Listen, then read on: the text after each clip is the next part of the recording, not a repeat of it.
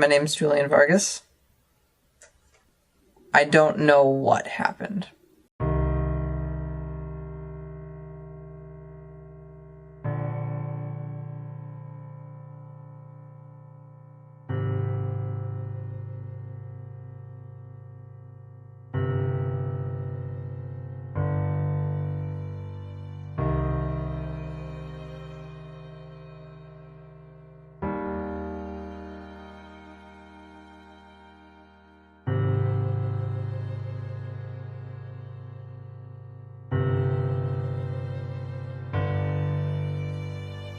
Sixth, 7th grade, there's nothing really there to recollect, but 8th grade, I think I have the best memories of. That's when people were nicest to me.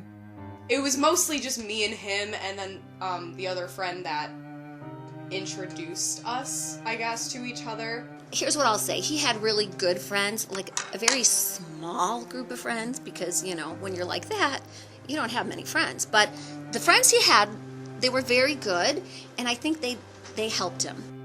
I don't know if it's because I subconsciously force memories out, or if it's just because of time going by, but I remember a lot from elementary school, so I feel like it would only make sense that since middle school is more recent, that I'd remember.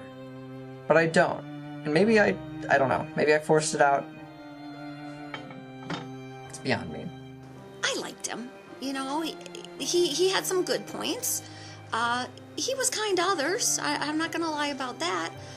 But, yeah, that poor boy, he's just never right.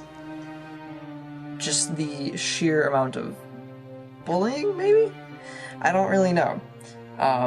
It was mostly just us two, because nobody liked either of us. There was my one friend at the time, my closest friend. I don't know, I was always, like, bigger for my age, and he was always significantly smaller for his age, and, you know... She was probably the nicest person to me. Just saying something, because she would, you know, she would hit me. I definitely, like, physically hurt him more than once, and it wasn't necessarily on purpose. She would say a lot of mean things to me. You know, I looked like a noodle, I'm a skeleton. He's just so tiny. He's just so easy to break. That might have come after the fact that I told her that she eats too much McDonald's, but that's besides the point. I, like I said, was the ugly fat kid, so the second any guy gave me attention, I, like, was like, okay, mine. Yeah, well, it turns out that was a really bad idea. So after, like, 2 days, as much as it were also sort of me being like, this is weird, he was like, yeah, no, I don't like you, and by the way, you're fat. And I think I needed an excuse to break up with her. And he's said that on more than one occasion, too. That was one comment. I once accidentally made him, like, hit his head against a brick wall, and I also picked up a lawn chair and accidentally dropped it on his head. I want to cry about it as I think of it today, but I'm pretty sure he had brain damage from it. Middle school could have been a good time for me if it wasn't for these sorts of events that kept happening.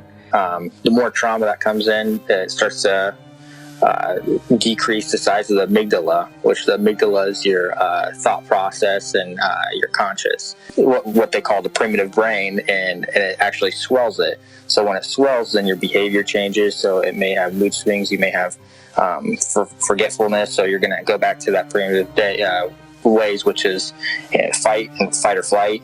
Physically, I'm aging about 5 years faster than I should be, but mentally I've aged about 3 to 4 years younger than I should be. That's where that primitive brain starts to kick in. When the amygdala is all about learning and growing, so you tend to see lower IQ as well if you have some sort of trauma. Just those F's. F. I've never written so many F's in all my life. You know, 1 year was like 10 with that boy. but he's been haunting me ever since. So, let's just leave it at that. She definitely sees me as an idiot now. And, like, she's not wrong, but... Nobody that's normal could act like that, right? I wouldn't think so. I don't think you could really forget it all. Sometimes people tend to over exaggerate things. So I could see it as a seeking attention kind of thing. Friends, or you don't remember a thing from middle school? That is crazy. You don't remember this, and trying to get a little bit more people. So it could be an attention seeking type deal at that point. I think this is definitely gonna help. Maybe.